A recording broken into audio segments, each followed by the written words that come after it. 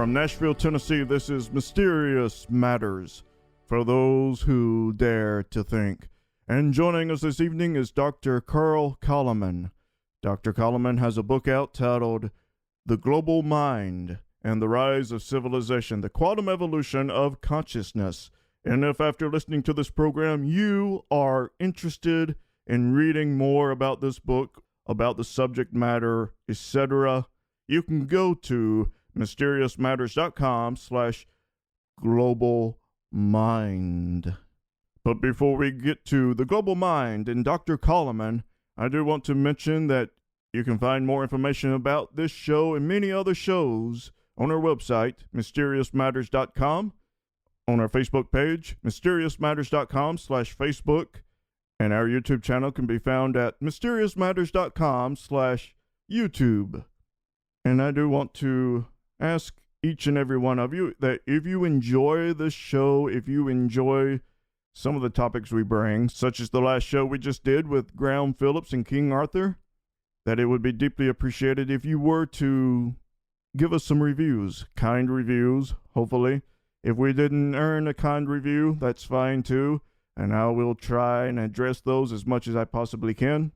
And if you're interested in just getting in contact with me, besides from our Facebook page, you can also just email me, bob@mysteriousmatters.com. And without further ado, Dr. Calleman, welcome to Mysterious Matters. Thank you very much. I enjoy being on your show. It's great to have you here with us this evening. Dr. Calleman, on the back of your book, it says that you're going to be exploring the quantum evolution of the global mind and its holographic resonance with the human mind. A lot of the people I've spoken with over the years, there really seems to be a belief that the life around us isn't physical. Instead, it is either spiritual or holographic by nature. Does that follow in line with your personal beliefs? Well, yeah. I mean, it's really a sort of a paradigm shift that has been going on for about 100 years, I think, emanating from modern physics. Largely from quantum physics. I mean, if you go back more than 100 years, people thought of reality as being very, very solid, and you might say, solid reality. And then quantum physics basically has shown that the solidity doesn't exist, that what really the reality is energy flows in different directions, and hard matter is really kind of hard to find in this new worldview. And if then the reality is not solid as people have thought, or most people in their everyday life continue to think, it opens up what happens in this non-visible reality. I mean, quantum physics has told us that there is a non-visible reality of waves, of quanta, that our brains are basically translating into the kind of experiences we have. But we don't really see this reality of quanta. So the world is not what it seems like. It's more like we are some kind of receptors, receivers of information. But that information in turn is sort of changed dramatically in our own brains, and what reality out there it really is very, very questionable. The solidity is largely gone, I think, and so what this allows for is to see that there are waves. As I've been looking at the creation waves that are underlying our reality, that largely drive the changes that our civilizations go through. And that opening, you might say, to see this underlying wave reality, you might say that opening has been created by quantum physics, and began to do that about 100 years ago. And I think we are still trying to grasp what this means and adapt to it. I know you've done a lot of work with the Mayan civilization, the Mayan calendar, etc. What can you tell us about the role that the Mayan calendar may be playing in our current lives? Because I know that you've done a lot of research in the Mayan calendar, and people have always speculated that the world was going to end when the Mayan calendar ended, but I know that you have a different perspective, right? Well, yeah, and it's not only me who has a different perspective. Also, the Maya have a different perspective. This idea that the so-called end of the Mayan calendar would mean the end of the world is really just made up. It's made up by modern people, and we can speculate. Why are people wired in such a way that they make up that kind of story? But it's just an absolute fact that there is nothing in the Mayan sources, either the ancient sources, which I've been basing myself on, or the modern living Maya, who none of these sources have ever said that the Mayan calendar predicts an end to the world. That's just made up. And yeah, but it's a curious phenomenon. Why are people making this kind of a thing up? Just because you're setting a date doesn't mean you'll have to conclude that the world will come to an end. But there's a lot of people that did. That's how people have been wired, I think. Yeah. I mean, it could have been that their civilization just ended and they didn't make any more calendars. Well, I don't think that is true, though. I mean, I think the calendar continues. Their civilization certainly ended and shifted, I should say, because their descendants are still living there. There are millions of people that are descendants of the ancient Maya. But their culture definitely shifted about 1,000 years ago, and they stopped building pyramids and they stopped developing these calendars. But it's more like the ups and downs of civilization, I think, that they were part of. And the calendar continues to this very day, and I think it's meaningful to continue the calendar forever, actually. It has no end in this sense. What is interesting to us, I would say, is to see how it's structured, how it's organized, and the kind of shifts that it implies, and what these shifts will mean for our current day. And naturally, of course, the book that now has been released by Inner Traditions, Global Mind and the End of and the Rise of Civilization, that deals with the past. It's all about understanding the past from a Mayan calendar perspective. But the reason I'm doing this kind of work is really to see how this applies to our current time, the kind of changes that we are going through. Because if a calendar doesn't accurately provide an explanation to the past, it cannot be used for the future, for the present or the future either, for that matter. That is true. You cannot understand the future without understanding the past. Right. It's as simple as that. Yes, it is. When we were discussing the holographic images, our brains, our mind might be a receptor.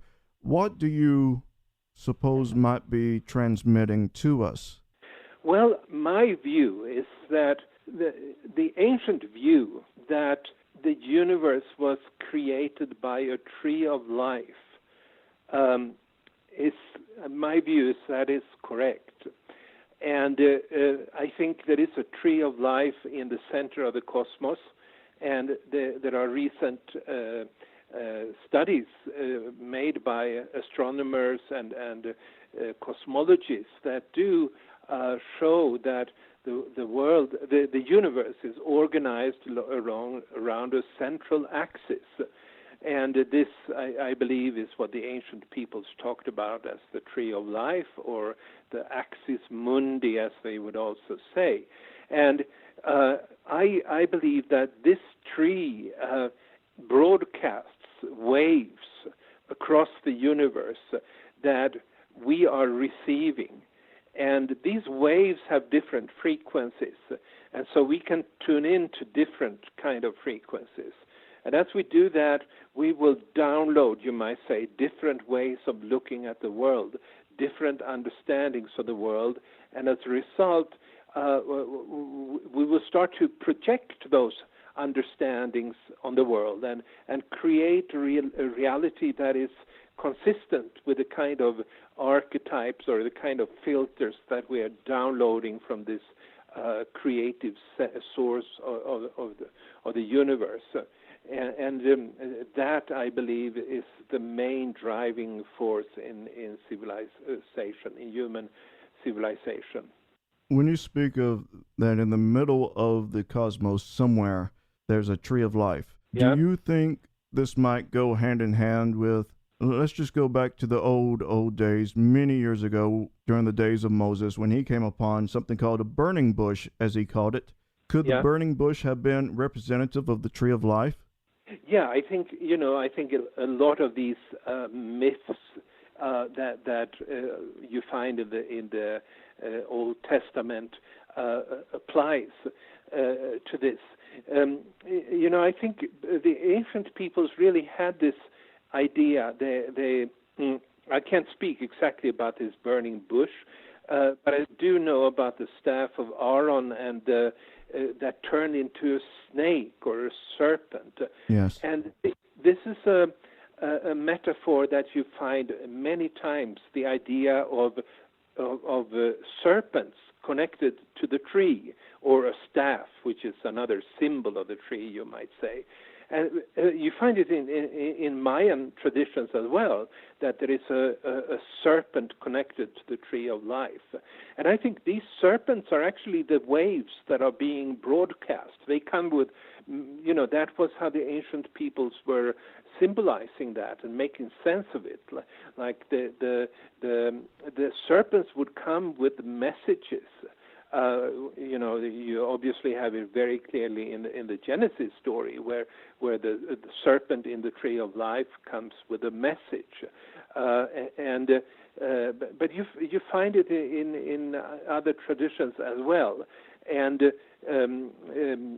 Moses' staff turning into a serpent, I would say that, it sort of symbolized, I would say, that he somehow was in resonance with the tree of life and was broadcasting its waves as its messages or something of that kind. If we are, in fact, merely holographic images, this is not a physical world, where are we as far as our consciousness? Well, consciousness, I think, is a difficult thing to talk about, even if my publishers sometimes add the word consciousness to the titles of my book.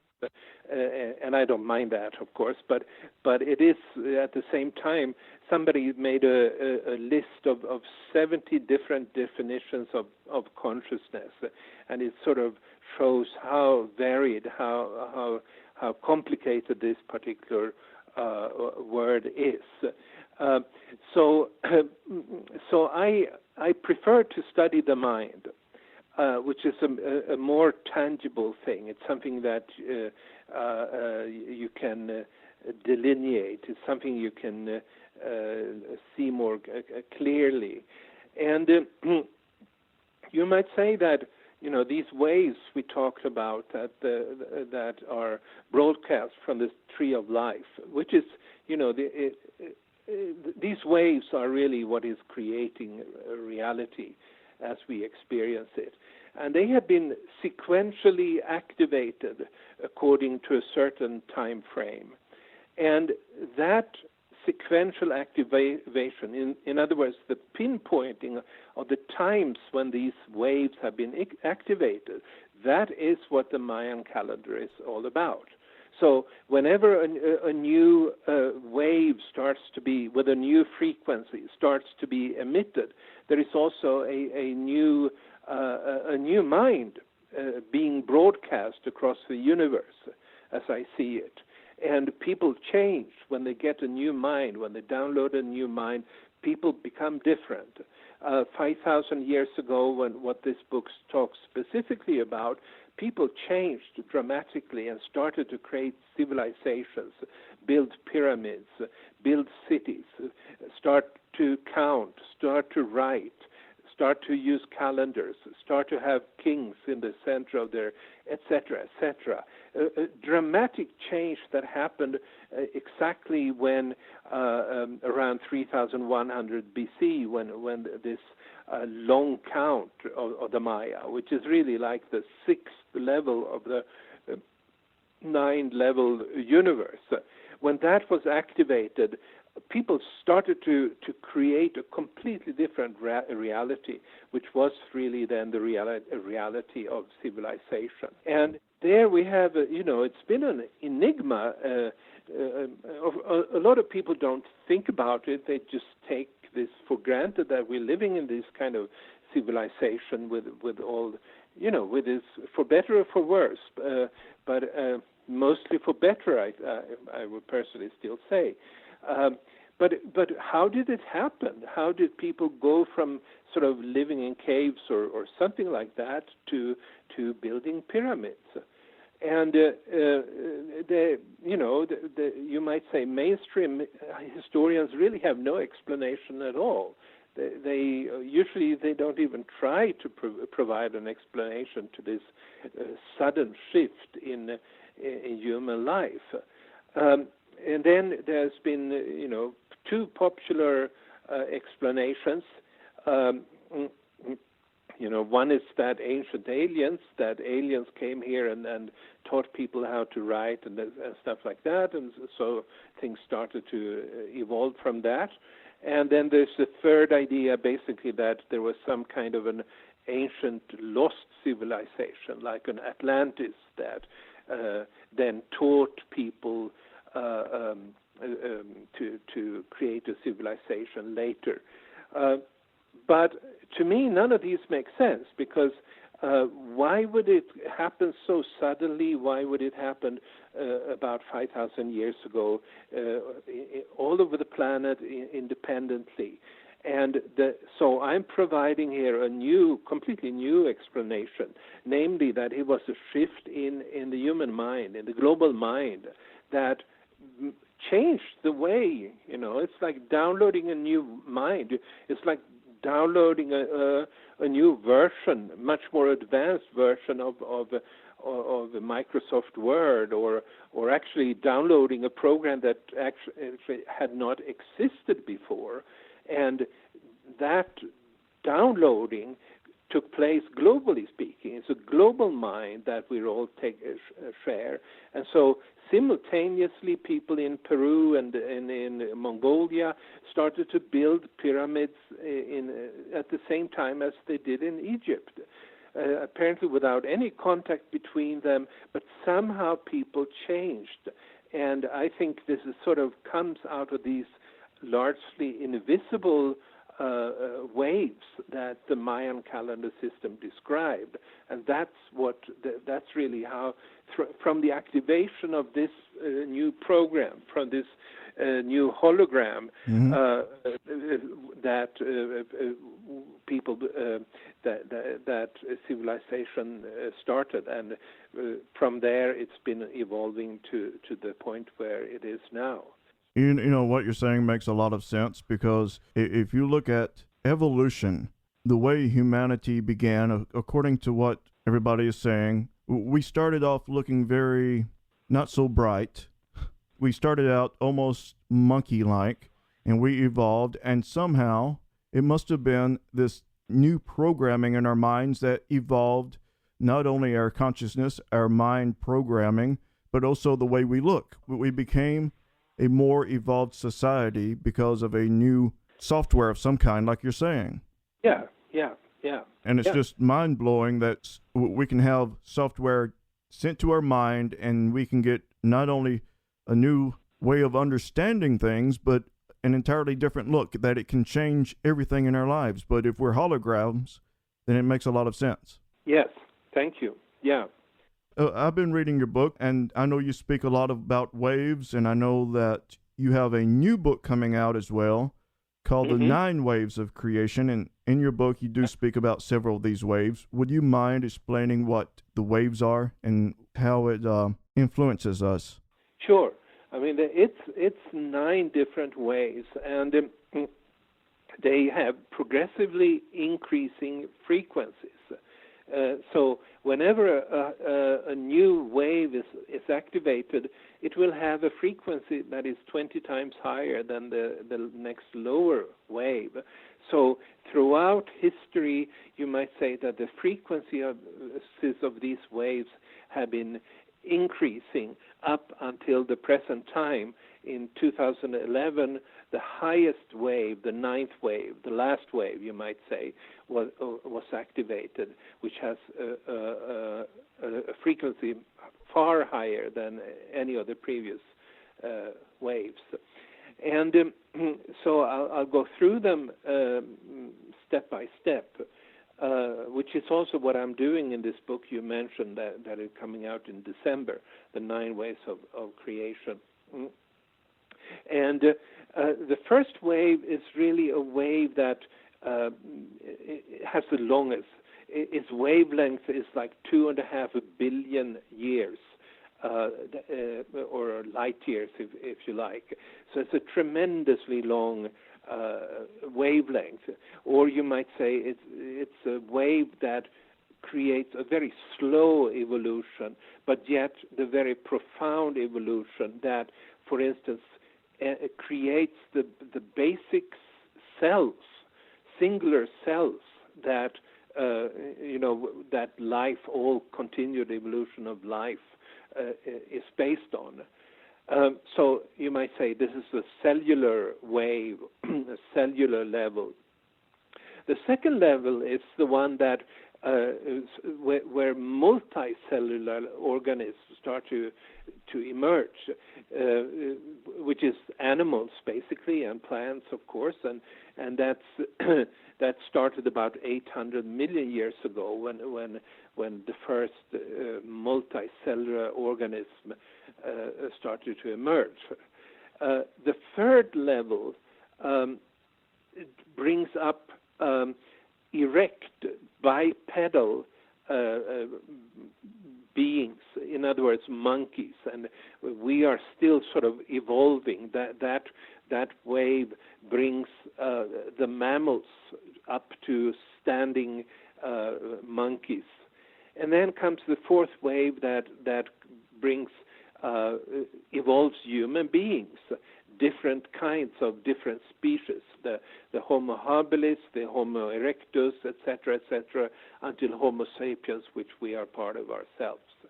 And then comes a fifth wave that starts at 100,000 years ago, and that's the one that starts to introduce, you might say, spirit and culture in these very early Homo sapiens.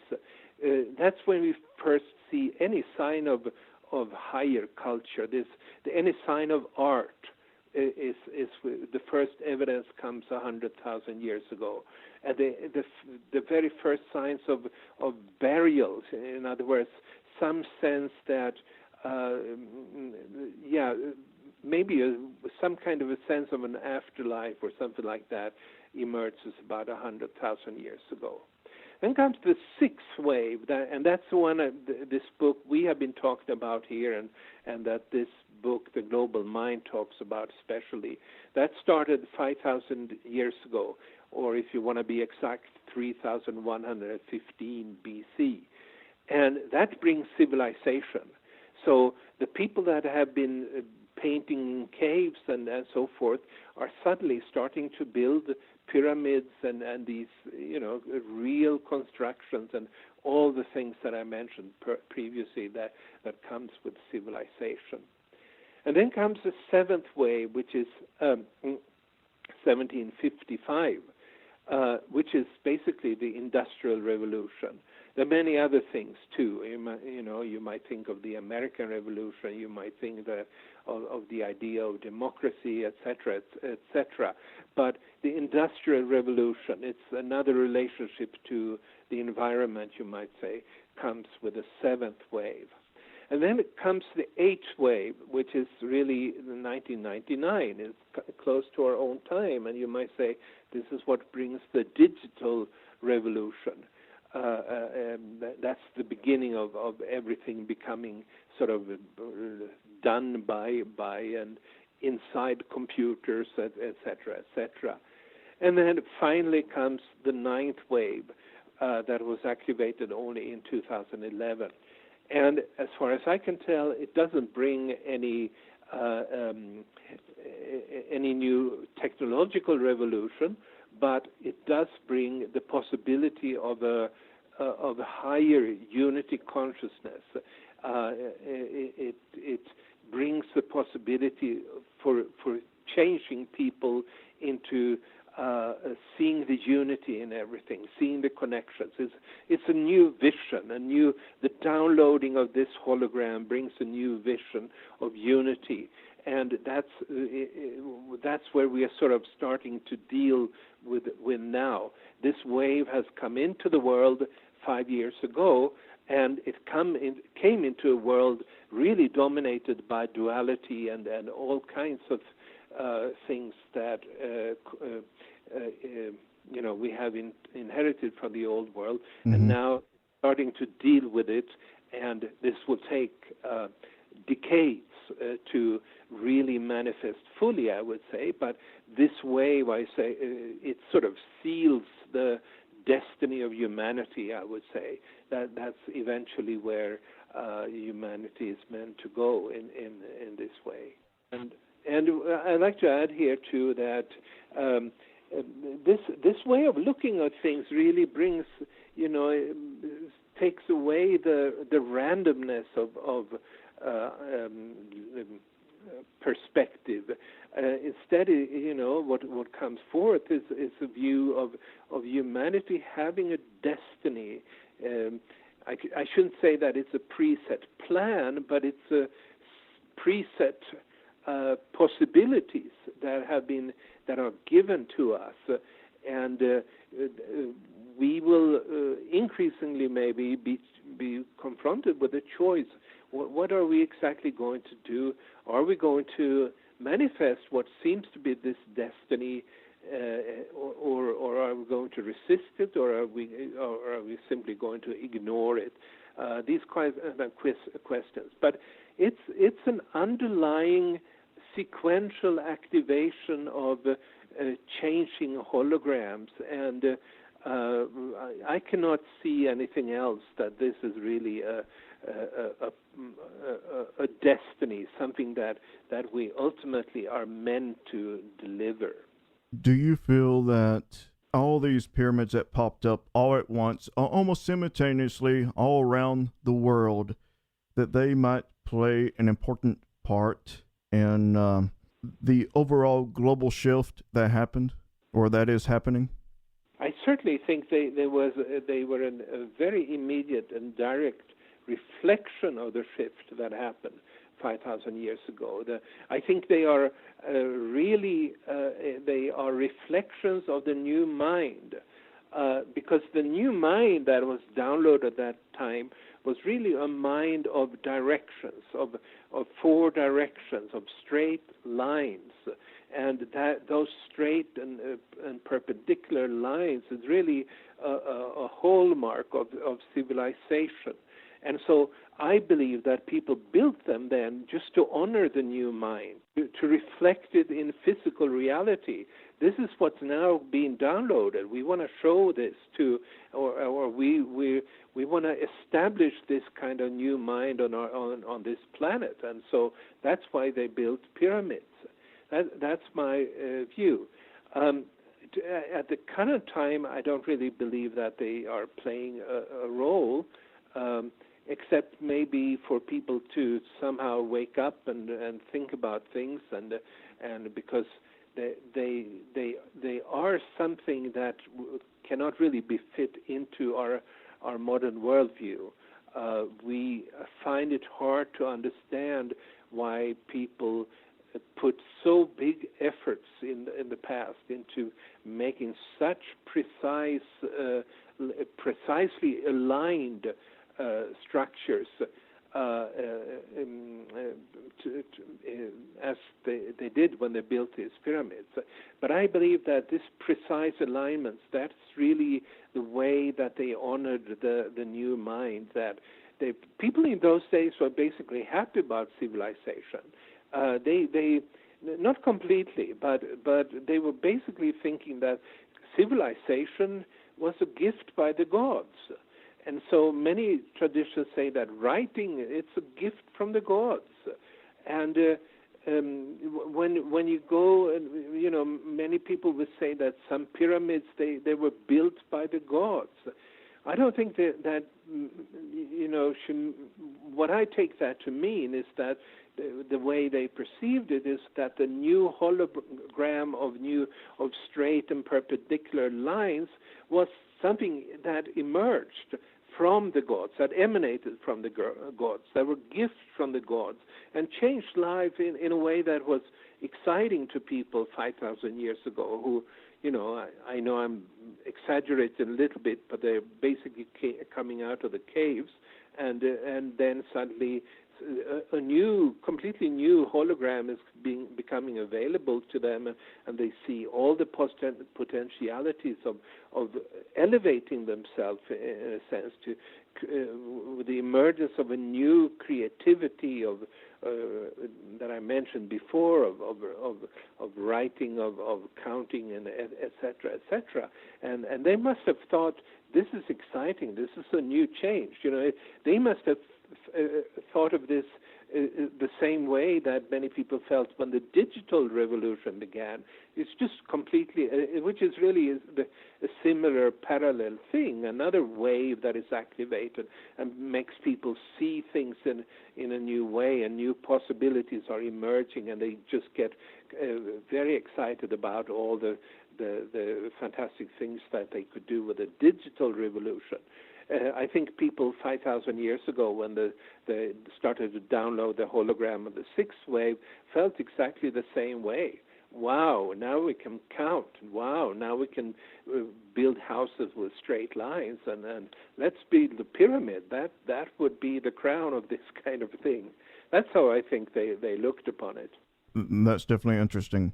I've always wondered where mathematical equations came from, because who was the first person to look at two rocks or two whatever and say, that is 2, this is 3, this is 4? I mean, before that, we had no knowledge of numbers. We had no knowledge of math. We had no knowledge of 90% of the things that we have knowledge of today. It had to come from somewhere.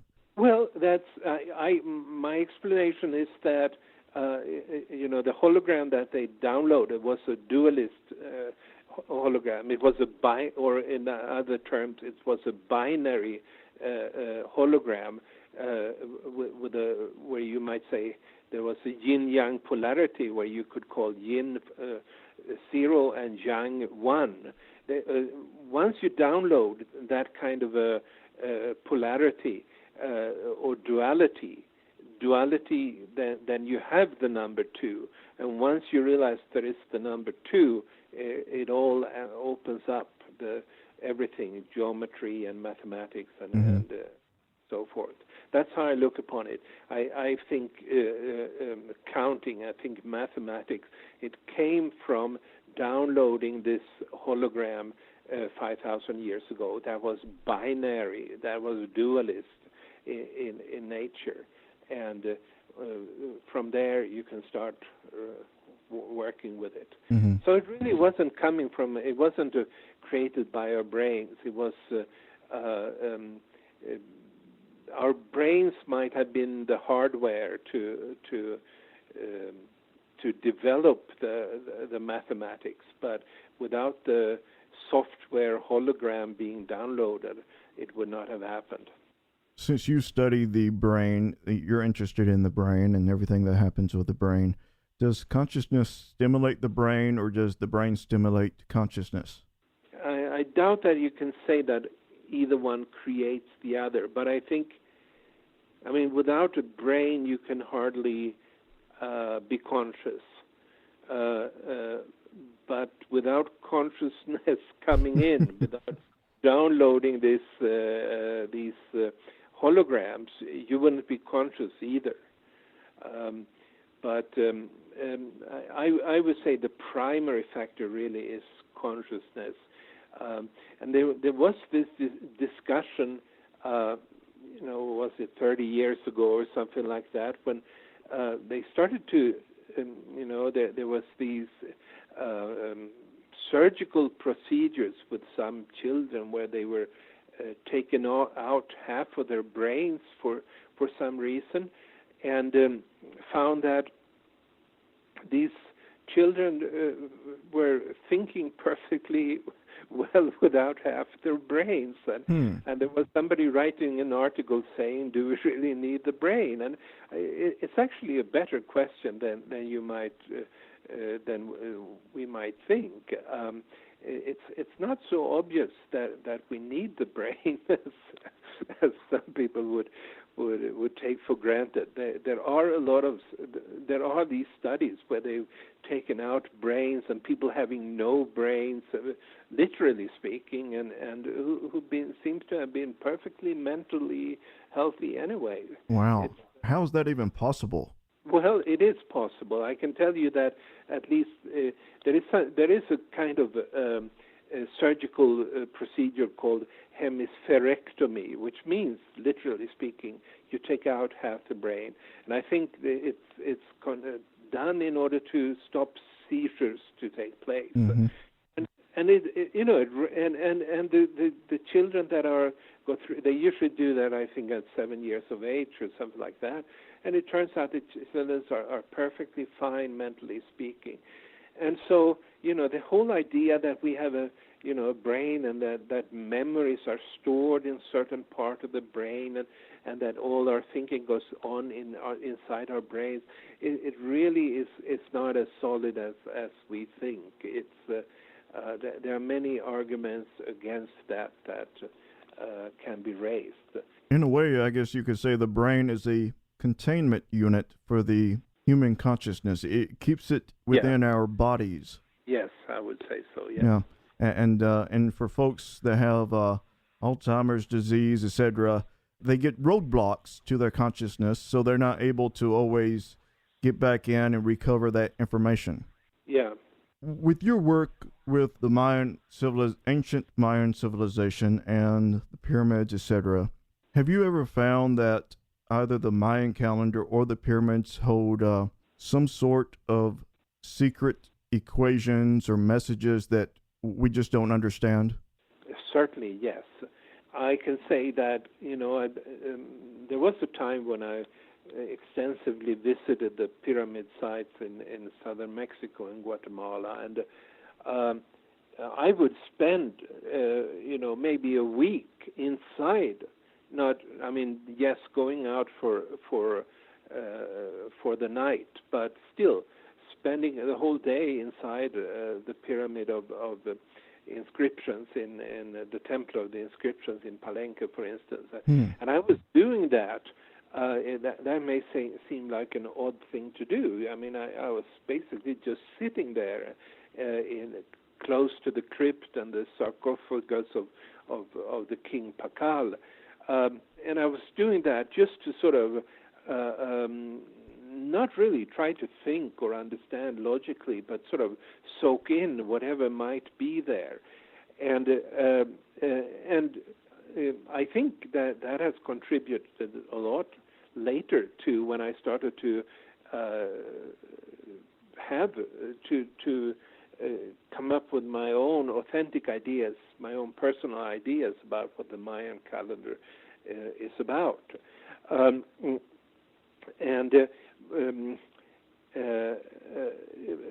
But I think the way they built their pyramids, it holds a tremendous amount of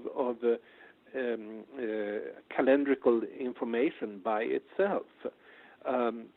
Typically, like the Temple of the Inscriptions, but many other of the most significant pyramids there were built in 9 levels, which symbolize these 9 different waves that I've been talking about, or the 9 different worlds that were created by these waves.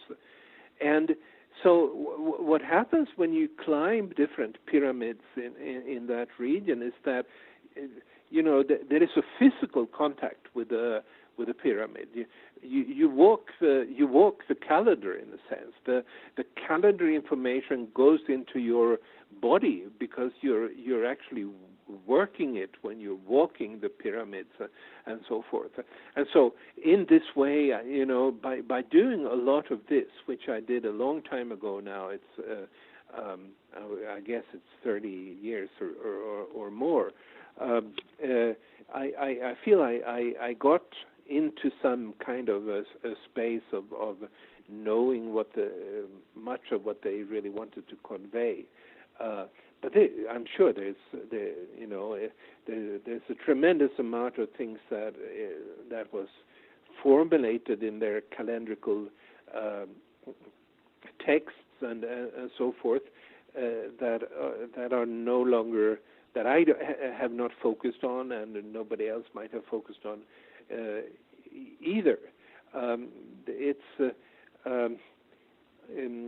I've looked upon it as my mission to not just sort of speculate about the Mayan calendar, but especially emphasize those particular aspects where I can really show systematic proof that here we have a connection between what happens in human life, in human history, and the calendrical shifts, so that there is, a tangible correlation, a tangible connection. But behind this work that I've done in that way, there is a lot of work that is much more, you might say, mystical and not so tangible, so to speak, but still the problem has been to extract what's really relevant, I think, rather than when I've done this kind of work with a calendar.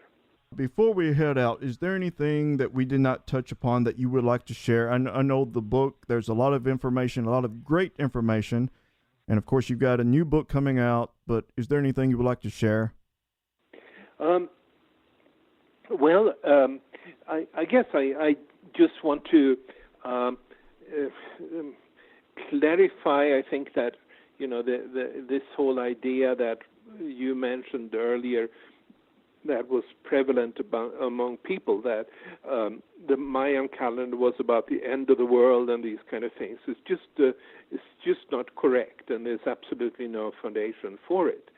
And if anything, it's the other way around, that the Mayan calendar continues, and it continues because our world is being transformed, and so we need that kind of information about how the calendar continues, how the waves are continuing to impact human life. And if anything, it is the new possibility that's generated by the highest of the waves, the 9th wave of the Mayan calendar system. And that is something that when we tap into it, and I think our intention plays a tremendous role here, we do have the possibilities of tapping into this wave now. It's only been active for 5 years, and if we tap into that, it's all about transforming ourselves into beings that are seeing unity, projecting unity, and seeing that everything is connected. And these kind of qualities is really the future of humanity. That's the kind of destiny that I believe we are meant to manifest according to the divine plan. And so I just want to say that, whatever difficulties we may, as a species, be facing at at the present time and maybe for some time to come as well. That's not what the divine plan is about.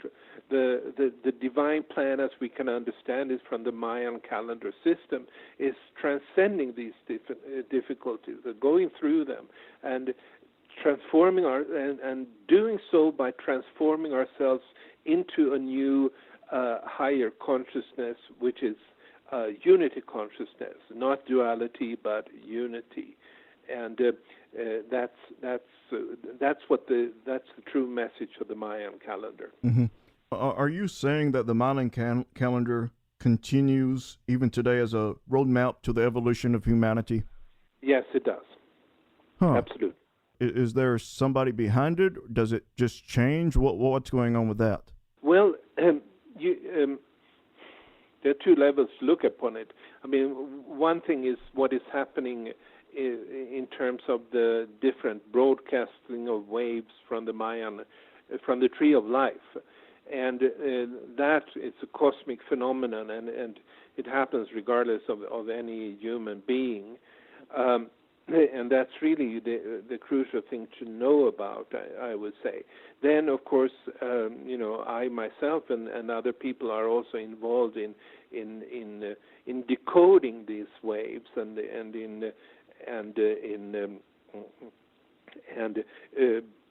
describing them as in terms of calendrical dates and so forth. And for those that want to have more access to that, it will come in my next book, but there are also on my website, there is a blog where I have a different text about the ninth wave, and there people can click and they will find a link to actually follow the ninth wave as it is unfolding today. So that's the calendrical information that I think is the most crucial at the current time. Yes, and what is your website? Calleman.com, Calleman.com. And the book's name is The Global Mind of the Rise of Civilization, and it's available in bookstores and Amazon, etc., etc. Dr. Calleman, do you believe that technology could actually pick up these waves or detect these waves? That's a very interesting question. I don't think that's possible at least at this time. The reason is that the wavelengths that we are talking about are so high, so huge. They are, in the range of the shortest, the ninth wave, the wavelength is like the whole solar system. And basically, if you want to pick up something by technology, you need an antenna of the same size as the wavelength that you want to pick up. So what it would seem like today, that in order to pick up these wavelengths, you would need antennas the size of the solar system, or sometimes even larger than that. So it's really something I've been thinking about, and I just that seems like a limitation at the current time doesn't mean that it will forever be a limitation. There might be technological tricks to get around it and so forth. But at this point, I don't think so. It's possible, but I certainly wish it would be. And the search continues for that kind of a thing. Yes, it does. And Dr. Calleman, I have one last question for you. This is a hypothetical, so have fun with it. Yes? If time travel were real here and today, where would you go to and what would you do? I think what I would do, I don't know, but I guess I would go to the beginning of this sixth wave, to the time of the rise of civilization. I think I would be most curious about, how the Egyptians built the pyramids, technically speaking, and also what they were, to find out if I'm right in in what I'm saying here in this book, that they did so in order to reflect the human mind and to honor the new civilization that was emerging. I would love to hear what they were thinking and talking about, and how that would probably be the time that I would find the most interesting to go back to. And that, ladies and gentlemen, was Dr. Carl Calleman. I hope you've enjoyed this show. It was a bit informational.